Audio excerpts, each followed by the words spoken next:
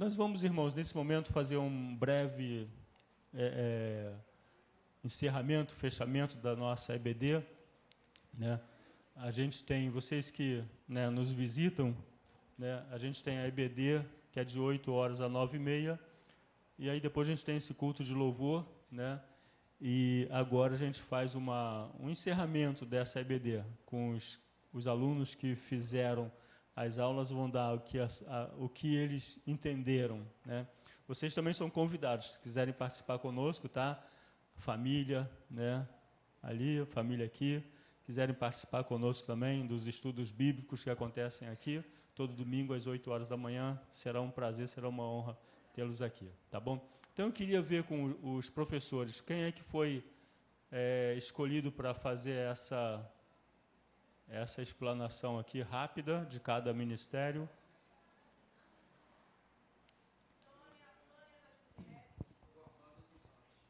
O Armando. Quem? Armando? Ah, dos homens. Então pode vir aqui. Vem aqui. Vocês que foram escolhidos. Oi? Tânia. Pode chegar aqui. Você? Dos adolescentes. O Almir. Ó, não tirem a máscara porque eu vou dar um microfone contaminado para vocês, tá? Não é porque o microfone vai circular para você. Depois eu tenho álcool ali, é só lavar ali, tá bom? Não sei.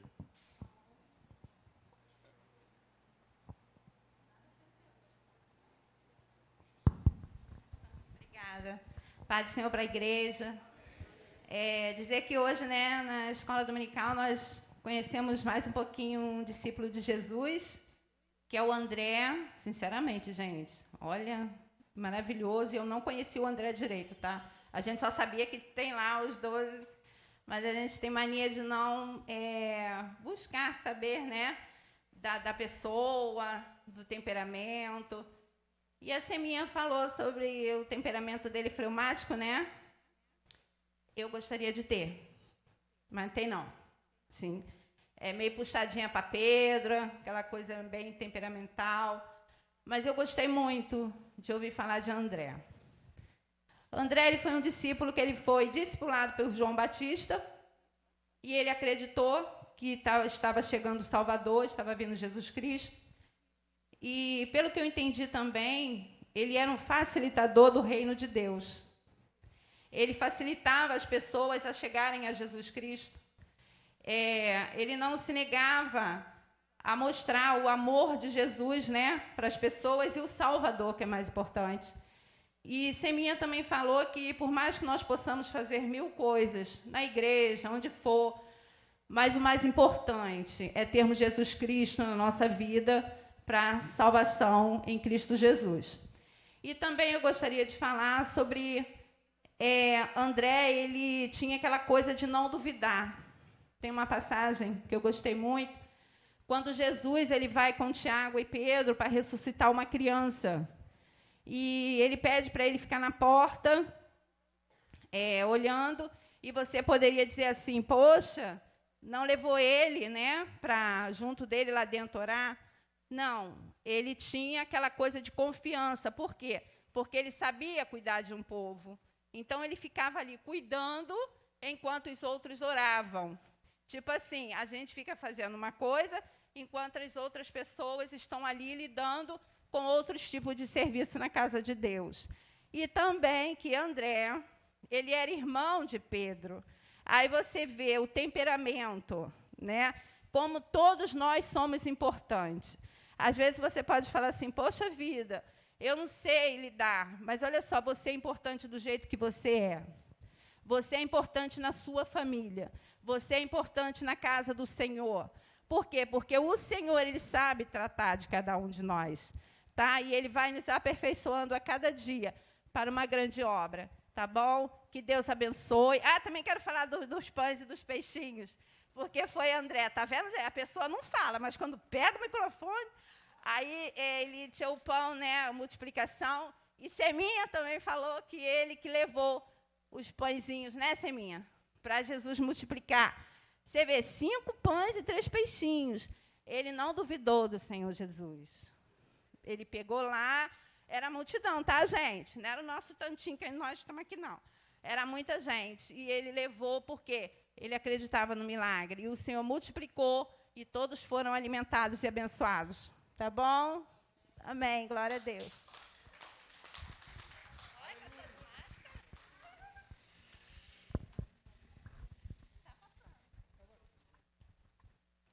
Bom dia, graça e paz.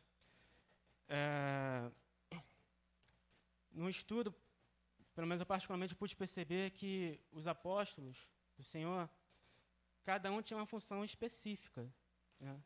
No caso do apóstolo André, ele tinha uma função específica de apresentar as pessoas a Cristo de forma individual, né? Diferente de Pedro. Pedro, ele apresentava de forma coletiva.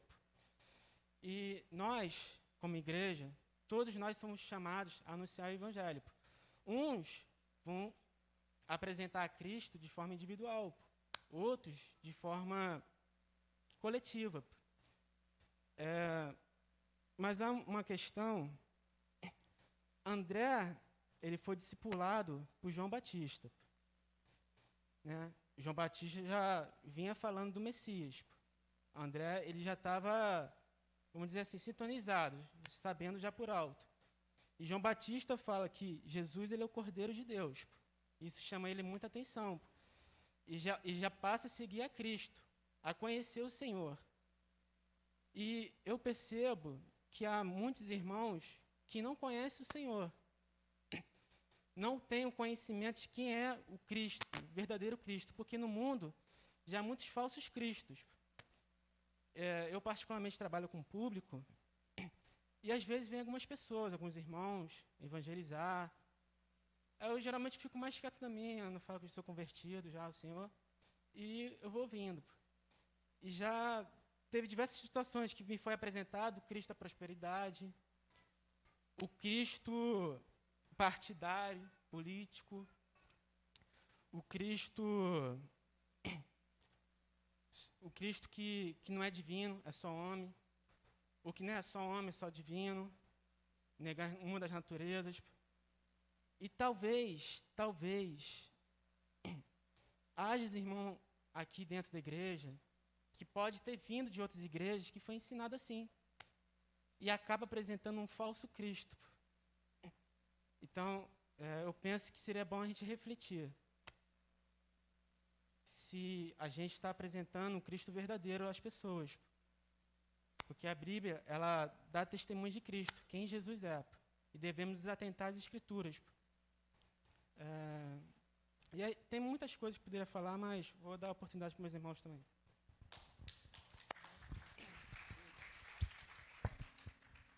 Obrigado. A paz, igreja. Então, o que me tocou nessa aula, né, que foram os 2 últimos tópicos, que falava sobre que Jesus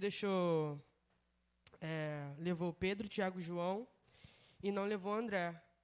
E eu me coloquei naquela cena, né, André sendo deixado, e eu, né, pensava, nossa, eu ficaria muito, sei lá, tipo, me sentia excluído, né?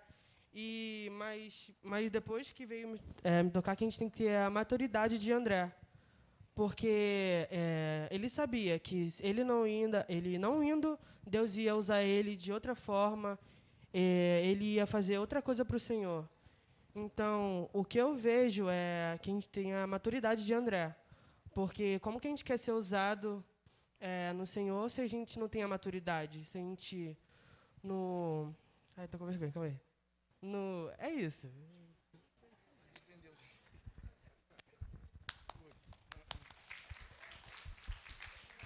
Graças e paz, queridos. Amém. Só embasando o que os nossos irmãos falaram, nossa conclusão, teve uma coisa muito interessante, é que, às vezes, nós assistimos um filme, nós adquirimos um produto e nós temos paixão por aquilo. E quando é bom, Márcio, eu vou e te apresento. Márcio, eu comprei um remédio que me deu cabelo. Márcio, eu comprei um remédio que está emagrecendo. Cara, você tem que conhecer esse produto. E o que falta na gente, às vezes, é isso, irmão, a paixão por Cristo, como André tinha. Porque quando André conheceu Cristo, a primeira coisa que ele foi fazer, ele não guardou para si o conhecimento do Mestre. Ele foi contar a Pedro.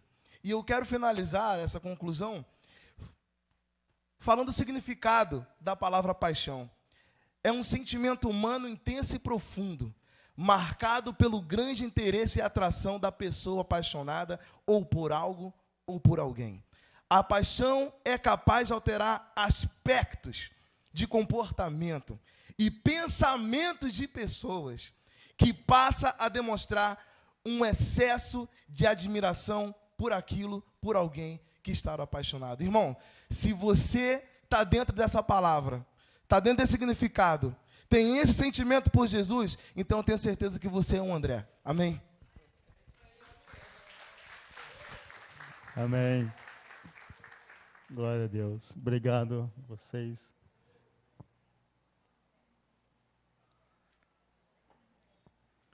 Amém. É bom esse momento que a gente sabe como que a lição andou. Mas uma fala aqui me chamou a atenção, que foi quando o Armando falou como que a gente tem apresentado a esse Jesus. E eu lembro que uma ocasião, Jesus, ele reunido com os seus discípulos, ele faz essa pergunta: quem é que os outros estão falando que eu sou? Como eu sou conhecido no meio do povo? E isso faz muita diferença, porque às vezes a gente pega Jesus e o apresenta de forma, não talvez errada, mas de forma resumida do que ele realmente é, né? Porque muitos conhecem Jesus como aquele que é só a pessoa que vai abençoar, que vai, né, prosperar, outros só aquele que vai curar, né? Mas quem realmente é? E nessa fala, Pedro, o apóstolo, o discípulo, ele fala para Jesus: tu és o Cristo, o Filho do Deus vivo. Então, reconhecer a Jesus Cristo como Filho de Deus, essa é a maior revelação que a gente tem. É isso que Jesus é. Ele é o Cristo, o Filho do Deus vivo, que veio ao mundo, né? Não porque nós merecíamos, mas veio porque nos amou. E Ele nos amou primeiro, né? Então, entender realmente quem é Jesus, isso vai fazer diferença na nossa vida. Então, não busque Jesus só por uma bênção que você está precisando, só por um milagre momentâneo, mas busque pelo que realmente Ele é, o Filho de Deus. Amém? Vamos ficar de pé, que o Senhor possa abençoar nas próximas lições. Esse é o nosso objetivo, nós crescermos na graça e no conhecimento de Jesus. Então vamos orar ao Senhor. Pai, nós te agradecemos, Senhor, por esta manhã na tua casa. Estarmos aqui, Senhor, para nós é um privilégio. Participar, Senhor, de momentos tão maravilhosos, Senhor, que tu nos permite, é um privilégio, Deus. Em tudo que aconteceu, Senhor, na EBD, na apresentação, Senhor, das crianças, que é um milagre, na explanação, Senhor, que foi colocada aqui sobre o que aprendemos, Pai, nesta aula. Deus, muito obrigado. Senhor, que nós possamos verdadeiramente te apresentar como tu realmente é. O Filho de Deus, o Filho do Deus vivo. Senhor, em nome de Jesus, nos abençoe, que o teu Espírito esteja nos guiando, nos conduzindo a toda a verdade, como é a função dele. Em nome de Jesus, receba o nosso culto de adoração esta manhã. E abençoa-nos, Pai, no resto desse dia, Deus, nesta manhã, nesta tarde. E que à noite, Senhor, possamos retornar para a tua casa com esse desejo, Senhor, de te conhecer melhor, de te adorar, Senhor, em espírito e em verdade. Obrigado, Senhor. Leva-nos em segurança, livra-nos de todo o mal, Senhor.